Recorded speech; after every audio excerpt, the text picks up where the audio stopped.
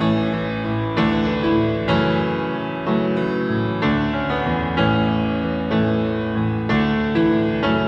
nga po mga kaigsunan. Padayon ta karon sa atong series sa Mark chapter 5. And magsugod ta sa pagbasa. So akong gihangyo ang tanan to stand up as we give reverence as we read the Word of God.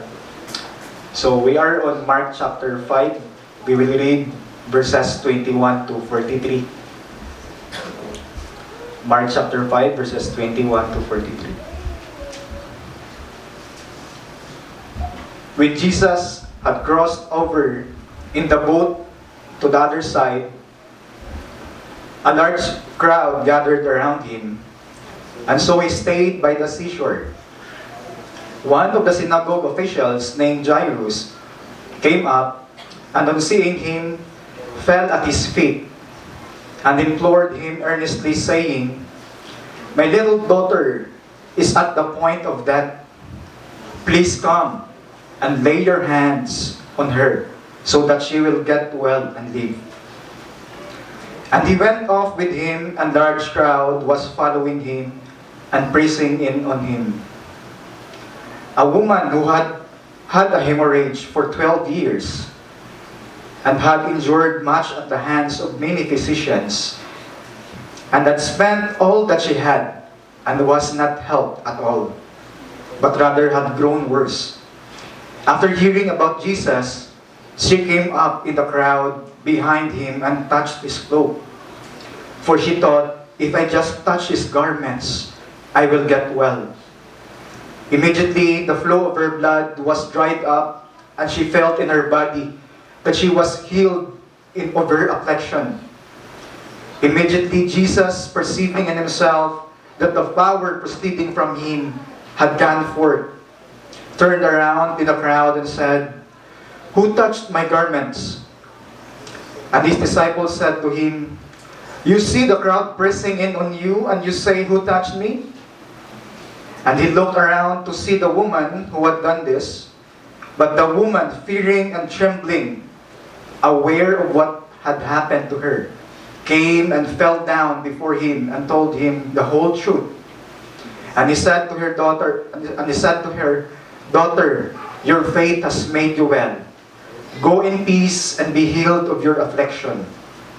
While he was still speaking, they came from the house of the synagogue official, saying, "Your daughter has died. Why trouble the teacher anymore?" But Jesus, overhearing what was being spoken, said to the synagogue official, "Do not be afraid any longer, only believe." And he allowed no one to accompany him except Peter and James and John, the brother of James. They came to the house of the synagogue official, and he saw a commotion and people loudly weeping and wailing. And entering in, he said to them, "Why make a commotion and weep? The child has not died, but is asleep." They began laughing at him, but putting them all out, he took along the child's father and mother and his own companions, and entered the room where the child was. Taking the child by the hand, he said to her, "Talitha kum," which translated means, "Little girl, I say to you, get up." Immediately the girl got up and began to walk, for she was 12 years old. And immediately they were completely astounded. And he gave them strict orders that no one should know about this. And he said that something should be given here to it. Blessed be the reading of God's Word. Let's pray. Father God, we thank you for your mercy, for your grace. We thank you because you are the God who knows us, the God who is powerful. And we thank you that you have given us your word today. We pray, Lord, that you will speak to us through your word. We pray that the Holy Spirit will convict our hearts, will illumine our minds, so that we will respond to you, Lord, in worship, in reverence, in amazement of your wondrous works, the gospel. Father, bless us. All these things we pray in Jesus' name. Amen.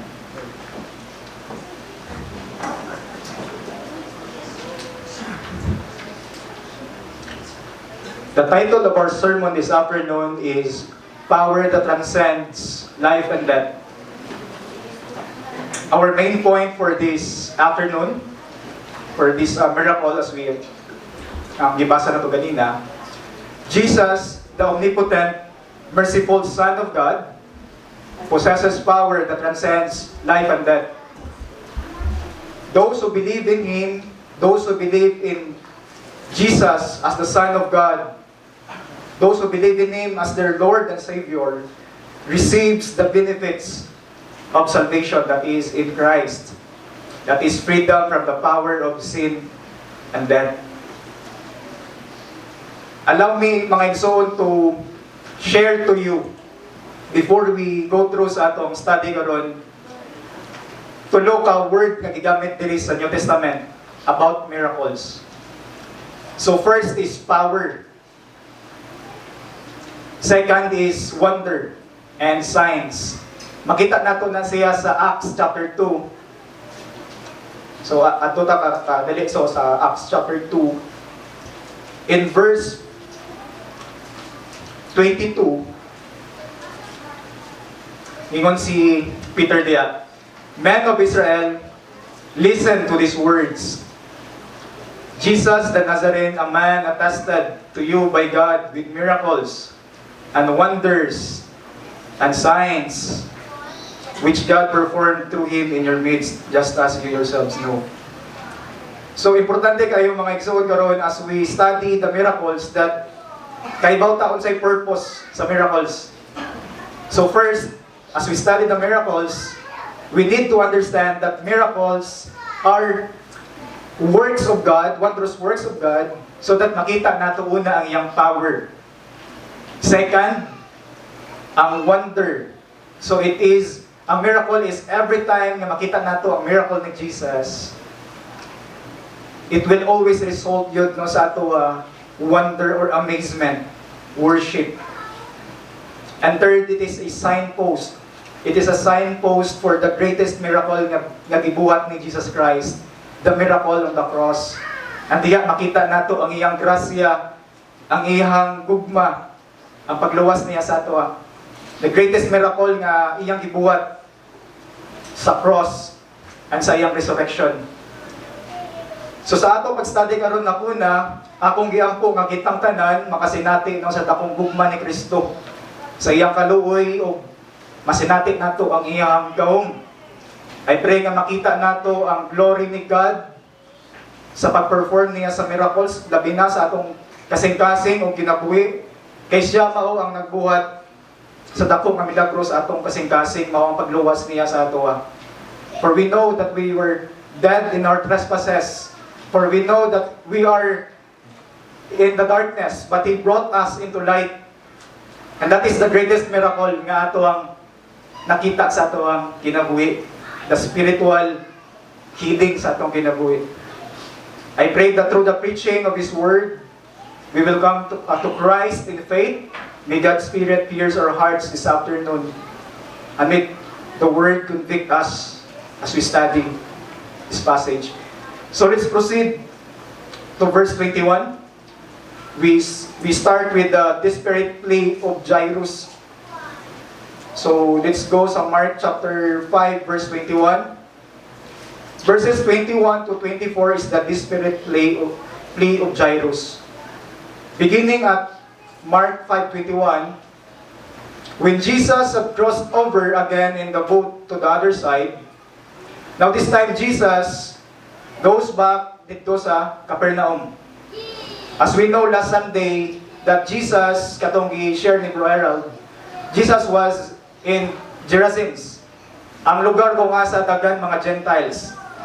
But we know na after Jesus performed one of the greatest miracle dito, ang pag-heal niya no, sa demon-possessed man, ang mga tao ni reject niya. Ang mga tao ni gitabog siya sa mga tao dito sa katong region. And so Jesus go back to Capernaum. Mao ning lugar kung asa si Jesus nagsugod sa iyang ministry. So mao ni ang place nga daghan kaayo mga nagsunod niya. Diri nato makita ang linibo nga mga crowds. Makita nato sa parallel account in Luke 8, Luke 8:40. Ako basahon, and as Jesus returned, the people welcomed him, for they had all been waiting for him. So, daghan kaayo ang mga tao naghuwat na niya. Daghan na mga tao ang nagpundok, nagpaabot niya. And going back sa Mark 5:21, di-mention ni Mark diri na a large crowd gathered around him, and so he stayed by the seashore. So just imagine kung sa kadaghan ang mga tao niya, si Jesus, murag dili na siguro no ka move, na lang siya sa daplin sa dagat, sa seashore. And si Jesus nagpadayon siya sa iyang pagtudlo sa mga crowds. In Mark 5:22, one of the synagogue officials named Jairus. So kinsa ni si Jairus? Si Jairus usa ka pangulo sa sinagoga. Probably he is a wealthy man. Ilado kayo siya sa Galilee.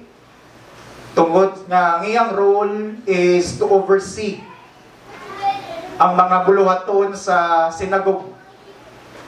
Apil na dira ang pag-prepare sa Sabat, ang pagbasa sa scroll, ang pag-ampo, ang pag-worship.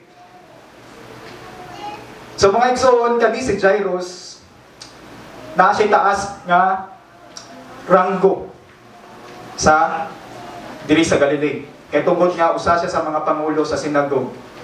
Makita nato padayon sa Mark 5:22 that Jairus came up and on seeing Jesus fell at his feet. In verse 23, and implored him earnestly. What we see here sa narrative, we see a desperate, broken man that has an urgent need. In Matthew 9:18, makita nato in another parallel account, Matthew 9:18, that Jairus bowed down. In Greek, it is a gesture of one's complete dependence or submission to a high authority figure. So going back sa Mark 5:23, the term that Mark used is he implored earnestly. Sa Greek, it means that he made a strong request or he made a fervent appeal. He pleaded desperately. So atong makita din nga si Jairus na siya'y pagtuo sa Ginoo. Na siya'y pagtuo ni Jesus. Desperate kaayo siya. He's a broken man and makita nato iyang need. And maybe nakita niya nga si Christ maway someone nga iyang maka-answer no sa iyang problem. And makita nato ang iyang request din that ingon siya, my little daughter is at the point of death. Please come and lay your hands on her so that she will get well and live. I think bisag kinsa nga ginikanan nga naadiri, sa kinsa nga amahan, makarelate jud mo ani no.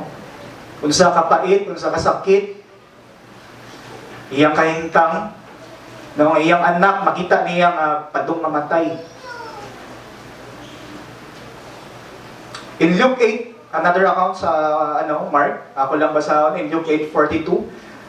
Makita nato diri nga gi-emphasize ni Luke, ingon si Luke, for he had an only daughter, about 12 years old, and she was dying. Makita nato nga only daughter. You can just imagine ang pain sa papa nga iyang only daughter. Siguro nakuyog-kuyog niya sa una sa sinagogue, and then wata kay ba na unsa nitabuan ni but na ay siguro sakit or unsa nitabo sing anak, and then suddenly mo ni natabo nga She's dying. She's at the point of death. So iyang gipangayo ni Jesus, please come and lay your hands on her so that she will get well and live. Now, what did Jesus respond upon hearing sa request ni Jairus? In verse 24 sa Mark 5, we see that Jesus went off with him. Without any words, without dialogue or gisulti si Jesus, Jesus immediately went off with him. Dili na to makita ang heart ni Christ, ang iyang affections. This is the heart of Christ in action. Andam dayon siya nga mikuyog sa balay ni Jairus. Bisag nga ang kahimtang kalidisod tungod sa ginibo nga mga tawo nga nag sunod-sunod niya. Makita nato sa Mark 5:24 nga large crowds were following him and pressing in on him. Pressing in on him, it means nga ang crowd are murag against ni Jesus, mga murag lisod gid kayo ng kaliyok si Jesus, murag lisod siguro sa ginawa ni tungod sa kadagang tawo. Makita nato diri ang character ni Christ, ang iyang affections. Christ heart and service for ministry. Christ went, as we know, sa mga miracles ang iyang gibuhat, sa pag-preach niya sa mga Gospels. Christ went to the lowly place. He visited the poor. He rebuked the unclean spirit. He performed many miracles, especially diri sa Capernaum, because Jesus understand that His ministry is a ministry of reconciliation and redemption. So as we go to verse 25, there is another story. There is a sandwich story in the middle. A woman who had a hemorrhage for 12 years. We see here a suffering woman. And let's just imagine ang iyang condition. Maybe this woman, they mentioned already, a woman who had a hemorrhage for 12 years. So, hemorrhage is marag na-discharge sa imong body, no? Kanang dugo. Maybe na siya yung menstrual problem or reproductive issue sa iyong body. We don't know. But, so we imagine, maybe kani siya nga woman suffering hemorrhage for 12 years. Maybe daot nakaayo siya, luya, siguro magsige na siya. Ilis sa iyang sinina. Sige siya, huga sa iyang sinina, kay tungod sa iyang dugo, magsigig dugo. And seeing sa culture or the Levitical laws, tradition sa Jews, kung namoy time nga makabasa na sa Leviticus chapter 15, 25-27, makita nato nga ang woman is ceremonially unclean. So based on Levitical law, anything nga iyahang mahikapan, anything nga iyang malingkuran, are unclean tungod sa iyahang sakit.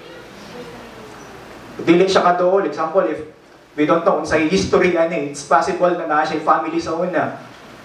It's possible no kung naa siya bana, naa siya anak, i-cut off ilang relationship, no, dili siya pwede kadool. Hindi siya pwede kagagpos sa iyang bana, hindi siya pwede ka kuyog sa iyang anak. Now we see, we can imagine the suffering of this woman for 12 years. And in verse 26, we see the additional details no, relating sa iyang condition. Mentioned in Mark 3. And he had endured much at the hands of many physicians and had spent all that she had and was not helped at all, but rather had grown worse. Makita na itong nagkagrabe ang iyahang kondisyon. Wala lamang na drain ang iyang dugo, patang pulso, iyang financial resources. Kay bisag asa, siya nga siguro nga doktor nga niadto, wala gid naayo iyang sakit. Daghan siguro siya mga tambal giinom, nahurot na iyang kwarta, but wala gid siya maayo. Ang nahitabo, nagkagrabe ang iyang pag-antos. Walay nakatabang niya. Sa account ni Luke, ningon si Luke, ang iyang sakit incurable. Walay makaayo sa iyang sakit. But after hearing about Jesus, so maybe kaning nga woman, nakadungog siya ni Jesus since kilala na si Jesus. Jesus is the peak sa iyang popularity dito sa Galilee. Nakadungog siya ni Jesus, na si Jesus perform siguro mga miracles. Maybe nakadungog siya ni Jesus, nga ni-teach. And dito siya siguro naka-decide or nakauna-una si Jesus lamang ang makatabang sa iyang kondisyon. And in verse 27 to 28, after hearing about Jesus, she came up in the crowd behind him and touched his cloak, for she thought, if I just touch his garments, I will get well. Just imagine sa iyang sitwasyon, nga daot na kayo siya babayi, naningkamot siya dito, nga muduol dito sa crowds, nga luya kayo siya. And bihikap siya sa bisti ni Jesus, sa luyo ni Jesus. Makita nato din nga kaning babae na siya'y pagsalig ni Jesus. The word touched in Greek is translated as to take hold. O iyang gigunitan, maayo. Sige siguro sa gingon sa iyang kagalingon nga pabalik-balik nga kung makahikap lang ko sa bisti ni Jesus, maayo yun ko. Walang suod sa dito. Imagine, picture out the setting sa kalisod sa iya. And there's a possibility na mapunish siya because bawal siya mato sa wake up sa mga tao. And in verse 29, we see here, the Lord's power is displayed through the immediate healing of the woman. In verse 29, immediately, the flow of her blood was dried up, and she felt in her body that she was healed of her affliction. Ang healing is not gradual, but the healing na mentioned there is immediate, instant, and it was complete. Her whole body was restored, and the flow sa iyang blood sa iyang body na himong normal. This woman felt the power of Christ healing her body and affliction. In verse 30, we see here that Jesus is the ultimate source of the power that healed this woman. Atong basahan sa verse 30. Immediately, Jesus, perceiving in himself that the power proceeding from him had gone forth. Si Jesus, immediately gibati ni Jesus ang gahom ng migula kaniya. Makita nato dinhi nga ang gahom dili tungod sa biste ni Jesus. Ang gahom dili tungod sa iyang paghikap ni Jesus. Ang gahom nigikan mismo kang Jesus. The power proceeding from him. And makita nato nga ang gahom ni Jesus diri wala na buhinan o wala sa nawadan, because we know that the power of Jesus is infinite, because we know that He is the Son of God. And after Jesus felt that power, kaninindot kayo niya sa mga insun, ningon si Jesus, "Who touched me? Who touched me?" What do you think is the motive of Jesus? What do you think is the intent of Jesus? Why He asked, "Who touched me?" So may purpose ni Jesus. We know that Jesus is all-knowing and He knows the intent or the secrets of our hearts. And we know that Jesus, even ang iyang mga disciples diya sa John 16:13, nga nakaingon sila nga, "Motuo minimo because you know all things." Pero nga nung nangutan na si Jesus, "Who touched me?"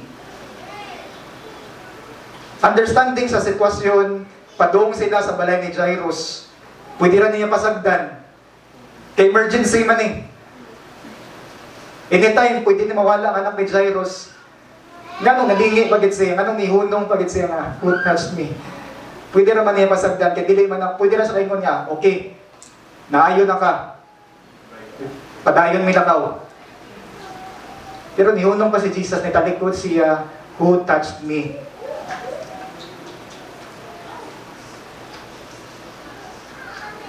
Usa sa mga makita nato sa Bible na i-pattern, di ba? Sa Genesis chapter 3, when Adam and Eve fell sa garden, ang unang nilang gibuhat, no? Na itago sila, and Jesus, God, nangutana nila, where are you? Do you think wakaibaw si Jesus sa ila kung asa sila? Kaibaw si God kung asa sila. Pag-ingon niya, where are you? But why did God ask question? It is the same pattern din nga makita nato. Who touched me? Makita nato din ni mga igsoon nga when Jesus asked questions, dili sa ingon nga ganahan siya makaibaw sa mga informasyon about sa imuha. But Jesus asking questions means that Jesus wants to pursue you, He wants to know you, He wants you to reflect sa imong experience, He wants you to reflect sa truth. And mao na nitabo sa woman. Jesus pursued the woman just as He pursued us. Jesus wants to know us. Pwede ra jud unta to ning abiyaan or pasagdan ng woman. Makita nato that Jesus is the one who pursues us and desires us to have a relationship with Him. And in verse 31,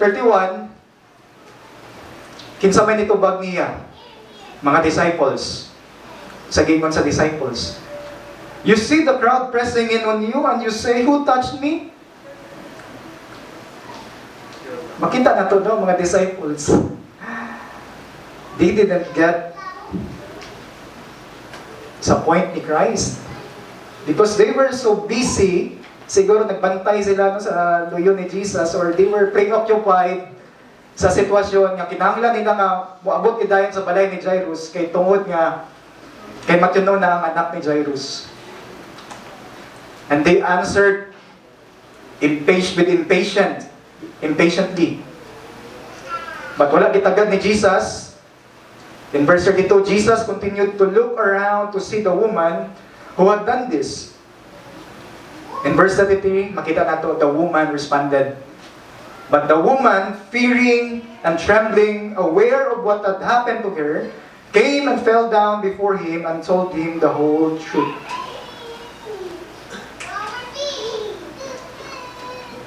Nako, nabasahan yung mga commentaries nga ningon sila nga maybe nahadlok ang woman because pwede siya ma-punish because she was an unclean and then he touched a person that is clean. But I think, for me, I believe na kaning woman who is trembling before Jesus is the result of her encounter with the divine being, Jesus, the Son of God. I believe that she responded here in humility, in reverential fear, in worship. And then he confessed the whole truth so that the glory of Christ might be displayed. She confessed the whole truth. Maybe she confessed ang iyang story before siya na-heal unsay nahitabo niya. And she confessed how the Lord Jesus Christ bring salvation sa iyang kinabuhi. How Jesus Christ restored her. How Jesus Christ made her whole again. She asked for healing, but Jesus rescued her from the power of sin and death. What she received is not more than just physical healing, but she received the spiritual and eternal blessing. Look at what Jesus said. Daughter, your faith has made you well. Or In original nga translation, your daughter has saved you. Jesus referred to her as daughter. For this woman who had not experienced true and meaningful relationship, now she had received a new relationship in Christ. Being called daughter is more than a name of endearment. I believe this is a great assurance ihatag ni Christ sa iya, that from brokenness, she's now complete, made whole in Christ. She's now reconciled to God and adopted as His daughter. Now, Jesus continued to bless the woman. Makita nato in verse 34. Go in peace and be healed of your affliction. My son, this is a very comforting and very assuring statement from the Lord Jesus Christ. The Jewish tradition, the word go in peace is shalom in Hebrew. It means completeness, meaning this woman has experienced the true peace which she had never experienced before. Maybe she found that peace when she encountered Jesus Christ. Now in verse 35, the narrative is resumed, continued with Jairus and Jesus and His disciples. Before sila nabot sa balay ni Jairus, they received a devastating report from the messengers. While he was still speaking, they came from the house of the synagogue official saying, "Your daughter has died. Why trouble the teacher anymore?" Imagine the pain, the agony of a father receiving that report na imong anak patay na. Ay nasa muka ang magtutudlo. Makita nato diri nato tay mag-observe diri nga ang mga messengers they lack empathy, compassion. Instead nga maluoy unta sila sa nitabo. Ingon pa sila nga ayon sa muka magtutudlo, gigamit pa gid ang word magtutudlo or teacher. This messenger do not know Christ. They didn't know that Jesus Christ has the power over death. In verse 36, but Jesus overhearing what was being spoken, so wala tagda ni Jesus ang ilang gisulti, pero padayon gi-encourage, padayon gi-comfort ni Jesus si Jairus. Makita nato si Jesus wala ni nagpanik. Makita nato sovereign ni si Jesus. Wala siya nahadlok, wala siya nagkuhan, but iyang gi-encourage si Jairus, saying, "Do not be afraid any longer. Only believe." And in verse 37, and Jesus allowed no one to accompany him except Peter and James and John, the brothers, and the brother of James. So gikuyog ni Jesus ang tulo sa mga disciples, maybe to teach them, to show to them His power. And that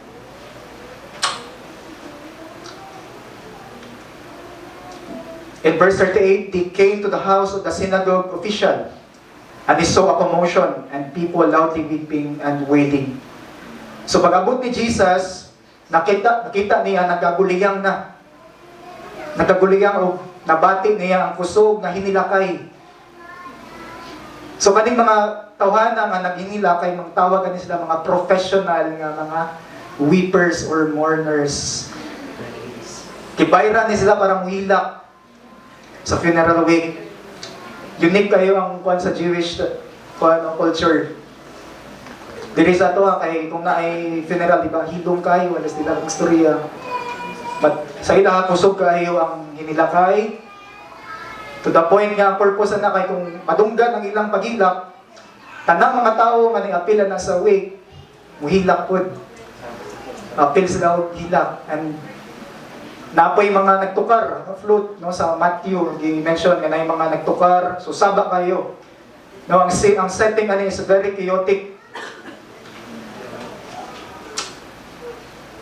In verse 39, and entering in, he said to them, "Why make a commotion and weep? the child has not died but is asleep. So sa may pasabot ni Jesus, the word asleep.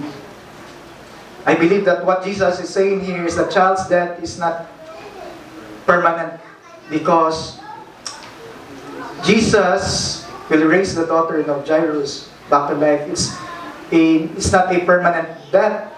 Pero unsay reaction sa mga professional weepers? They began laughing at Jesus.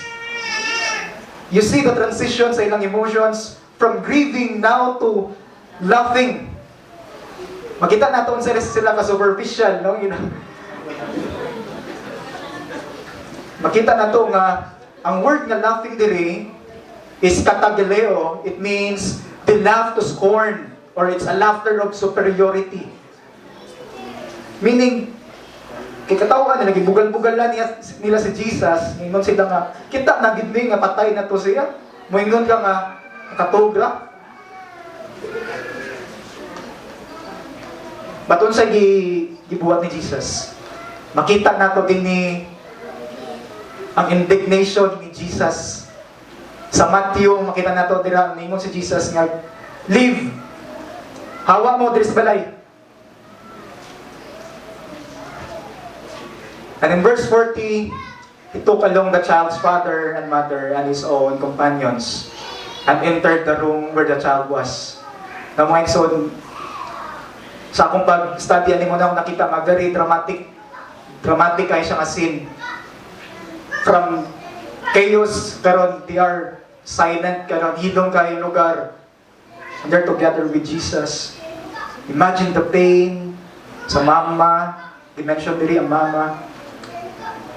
Just imagine, siguro sa time si Jairus, niadto dito ni Jesus, ang mama na sa kapad no sa iyang anak, gigunitan ng kamot, na nagbantay niya dito, anxious na kayo. Siguro kakita siya sa katapusang ginangawa sa iyang anak, hinihilak siya. Imagine the pain. Pero mga igsoon, naglabaw diri ang gugma ni Kristo.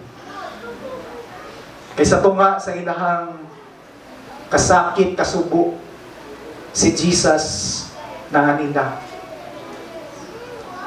Siguro si Jesus nag-encourage nila, nigunit sa ilang shoulder, sa kamot nila, nag-encourage yun. Si Jesus mo ay ni-comfort nila. And in verse 41, Jesus took the hand of the child and pronounced his word in Aramaic, "Talita kum," which is translated, "Little girl, I say to you, get up." We see Jesus' love and compassion towards the child here. Iyang gitawag, little girl. This is a word of endearment. Makita nato ang love ni Jesus. In verse 42, the girl immediately got up and began to walk, for she was 12 years old. She immediately got up. The child was brought to life. This is the Lord's power. Jesus is truly the omnipotent Son of God. What power and glory we have in Christ. He is able to raise the dead back to life. He has power over death. Jairus and his wife and the disciples, the response, they were completely astounded. In Greek, it is translated megas, meaning they were in extreme amazement or great astonishment. They responded with great amazement because they have seen the powerful miracle of the Son of God. They have seen that Jesus, the power that is greater than death and life. Now in verse 43, Jesus gave them strict orders that no one should know about this. And he said that something should be given her to eat. Now we don't see any direct answer why Jesus wants them to be silent about this great miracle nga gibuhat. But I think may purpose si Jesus ani, may wisdom ani si Jesus. Maybe if iya isulti, i-allow niyang isulti nila ang naitabo niya miracle, maybe magkadaggan ang mga musunod niya. Maybe mas makita nila nga mao siguro ni siyang political messiah nga makatabang namo. And it will affect ang ang purpose ni Christ ng iyang mission, which is, ang purpose ni Christ is more than the miracle, but the message of the miracle. So mga igsoon, we've done sa story. This is a great, epic, dramatic, and powerful miracle na gibuhat ni Christ. But what are the timeless truths that we can take away, or what are the timeless truths that we can get from this text? First, man is spiritually dead, morally, spiritually corrupt, and unable to change himself. The condition of the suffering woman in the miracle represents the sinfulness of sin. The woman's hemorrhage or bleeding makes her ceremonially unclean, which disqualify her to enter the temple to worship God. This represents the truth about us.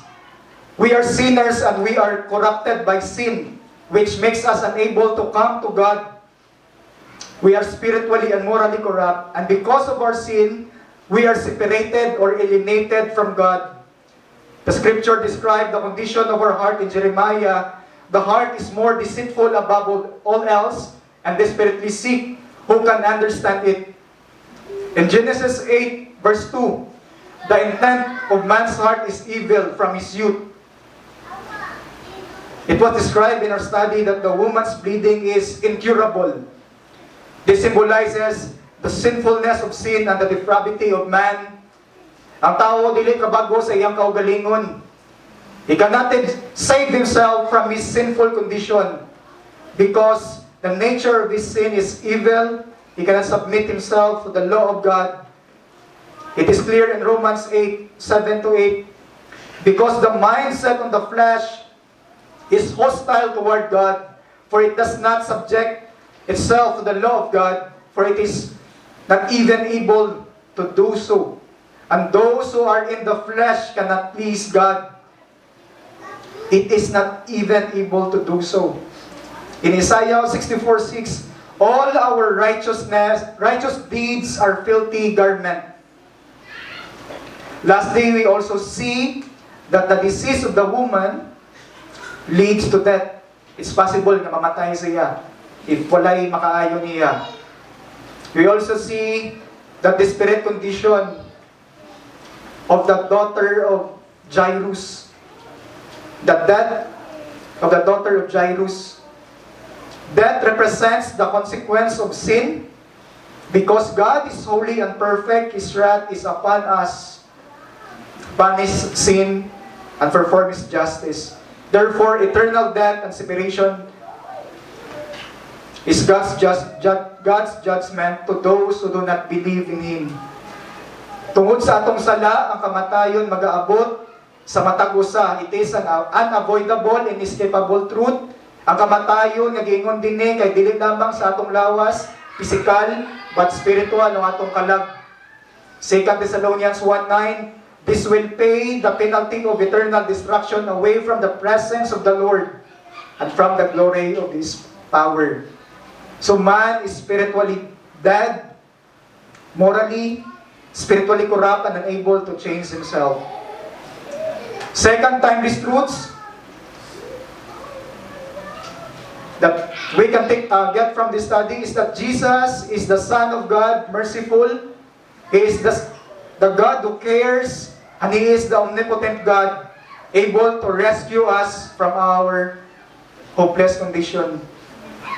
Now we see God's redeeming grace in this miracle. Despite the hopeless condition of the woman and the death of Jairus' daughter, God provided Jesus to take away the curse and the penalty of sin. We see God's tender character in this miracle story. Even though the crowds were pressing on Jesus, Jesus made Himself available to Jairus. He made Himself available to the family of Jairus, to the woman. And we see the heart of Christ. We see His mission. We see that Christ came to save and seek the lost. We see how He displayed His affections to the woman, His empathy to Jairus, and His presence with them in the midst of their greatest affliction. We see Christ's intention in saving us. When He asked the woman, who touched me? Again, pwede naman ito niya pasagdan, but He pursued the woman. He desires to know the woman. This is the heart and the affection of Christ towards us. We are unworthy sinner, but Christ is willing. Makaingunta that Jesus is the lover of our soul, the redeemer of our soul. He became man so that we might see the fullness of God's mercy. Through His atoning death and sacrifice on the cross, we find forgiveness and reconciliation to God. He is willing and He is able. Through our union in Christ, we find our greatest assurance that He will be with us until eternity. In Hebrews, He is the faithful and the merciful great high priest who is able to sympathize in our weaknesses. He is the mediator, the intercessor, and is able to save those who draw near to Him. We also see that He is we also see here His omnipotent power that transcends life and death.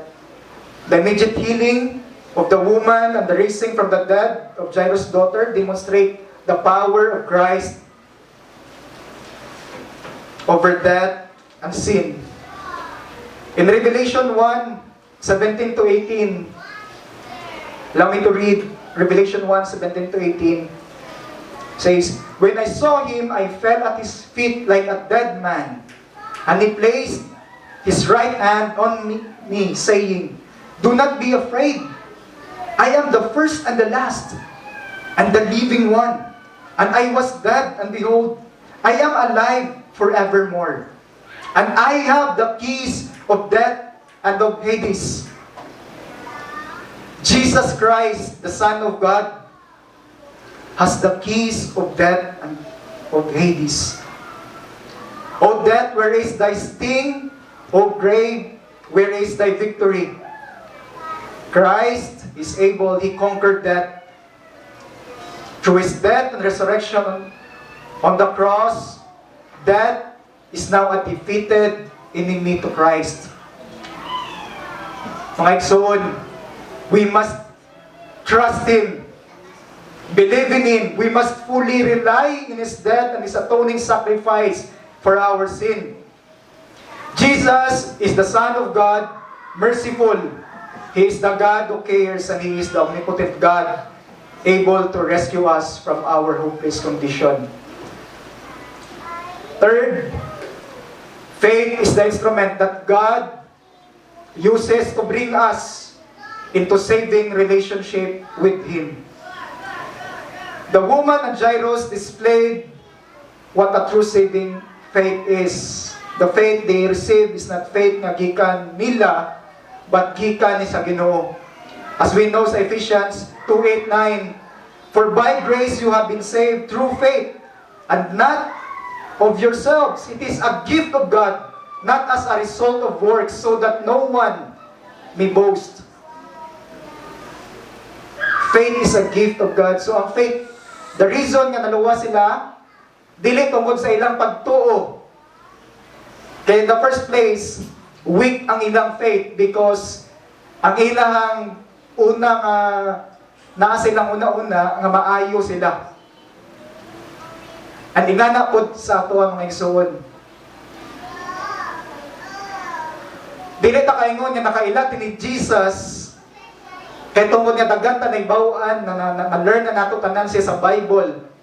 Maybe sa una before di mo siya na ilan gamay ra gid no naibawaan nimo ni Jesus. But then na someone and share sa imo ang gospel and you believe in Jesus. Kay nisalig ka niya. Faith is therefore trusting completely in Jesus Christ as your Lord and Savior. Ang faith, mga igsoon, ang object sa atong pagtuo si Christ. Jesus is the object of our faith. And Christ is faithful. Siya ang sovereign sa atong kinabuhi. Makita po nato mga igsoon sa miracle sa woman, ang Jairus' daughter, nga Dinipod, makita na to nga, pinagi sa ilang pagtuo, nakadawat sila og benefits no sa salvation through faith. Because of their faith, they receive justification, they are declared righteous, they can go in peace. Itong gingon ni Jesus Christ, go in peace and be healed of your affliction. Meaning they are reconciled back to God. From spiritual death, they receive eternal life. And they are adopted as daughters. Those are the benefits that they receive in Christ through faith. And that is also the benefits nga itong adawat ni Christ. Makita nato mga igsoon nga naapoy pagtuo nga dili makaluwas. Matag og example diri sa John chapter 2. Ako lang basa ang John chapter 2 verses 23 to 25. Now when he was in Jerusalem at the Passover during the feast, many believed in his name, observing the signs which he was doing. But Jesus, on his part, was not entrusting himself to them, for he knew all men. And because he did not need anyone to testify concerning man, for he himself knew what was in man. So dili tanan mga igsoon nga ni believe na ay tinuod nga pagtuo. Sama gi-mention diri ni Jesus that Jesus Christ did not entrust himself to them because he know na kani sila mga tao, they don't have that saving faith. Even the demons, di ba, gi-mention, they believe and tremble. But what was lacking sa ila, they don't have the faith that saves. Makita nato no, sa story diri sa Manakol, ang gibuhat nila sa woman and ni Jairus, they plead earnestly. They were courageous, they were broken, they were desperate. They say their condition, that they were helpless, and only Christ ang makaluwas nila.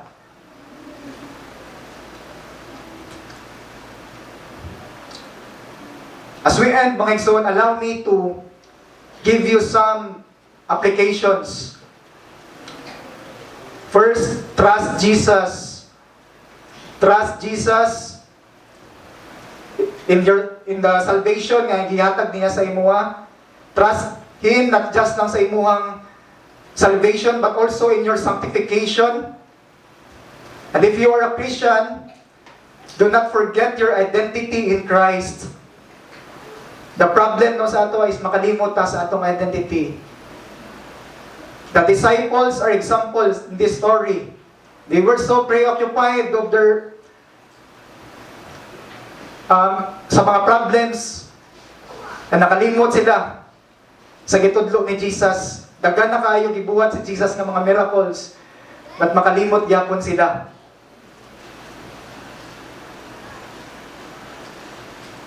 If you are a wife or a husband, if you are discouraged sa imong kinabuhi, trust that Christ is going to restore, to help you in your relationship with Him. Perhaps you may be suffering from sickness, loneliness, or depression. Trust Jesus.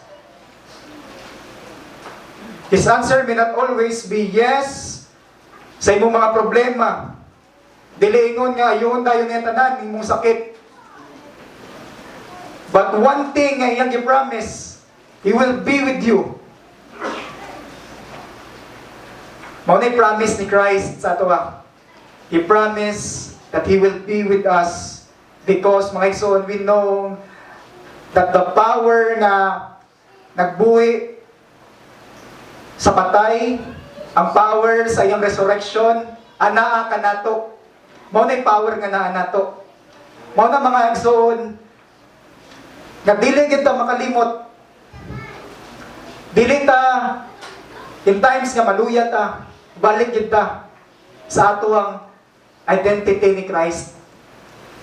Kaya kung dili ta mo balik sa ato ang identity ni Christ, ang problema nato mao'y mahimong identity nato.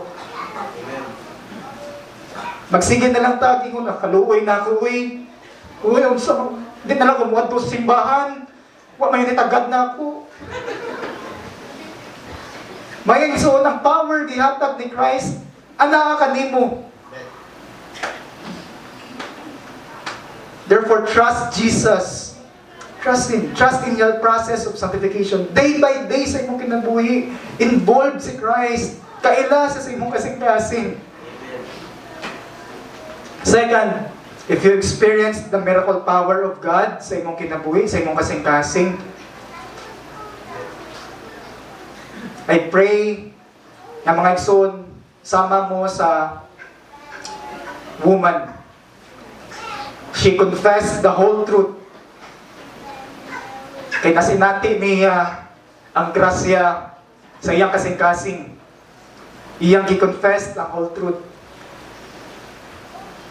I pray mga igsoon nga, kita kamupod, no? Naapoy confession sa inyong kinabuhi.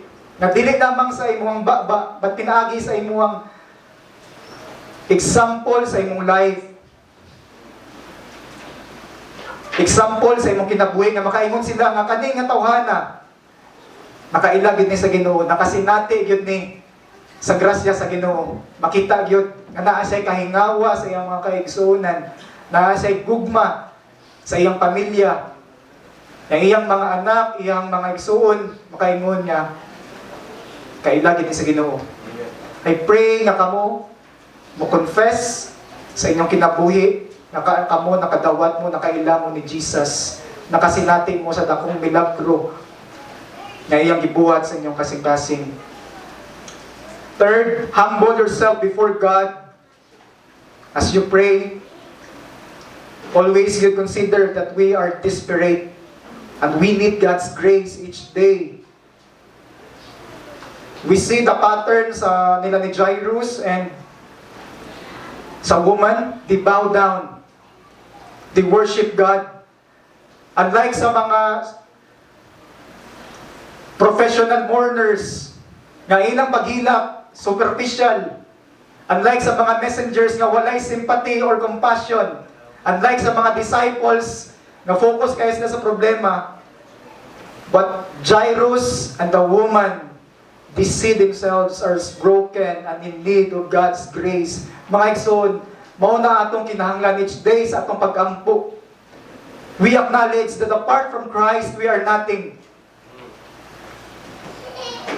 And I pray that the heart of Christ, the affections of Christ, will lead you to love Him, to desire Him as you study His Word. May you reflect His beauty, His glory, and you will continue to seek Him. Mga igsoon, may Christ, may the miracle, the message of Christ, karong nga po na encourage us to continue to press on to love Christ. So let's pray. Lord, salamat kaayo sa imong pulong karong hapon na. Salamat kaayo, Lord God, because we see sa imong mga promesa nga ikaw ang Ginoo na dili gyud mo biya kanamo, Lord. Ang among comfort kaning kalibutan na, Lord, si Christ lamang. Lord, tabangi kami, Lord, sa among mga pangadlaw-adlaw, O God, ng mga struggles. We pray, O Lord, na all the more kami nga maduol nimo, all the more kami nga mosalig nimo. Sama ni Paul nga niingon siya nga, for I have been crucified with Christ and I no longer live, but Christ lives in me.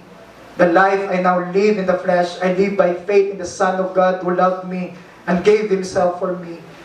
May that be a proclamation sa among kasing-kasing each day, Lord, sa among mga pag-ampo. We pray, O God, nga ikaw enable sa among, Lord God, that we will share the gospel sa among mga pamilya, sa among mga kauban sa trabaho. We pray, O Lord, nga ikaw hatag sa among kalipay nga among kinabuhi na ay dako nga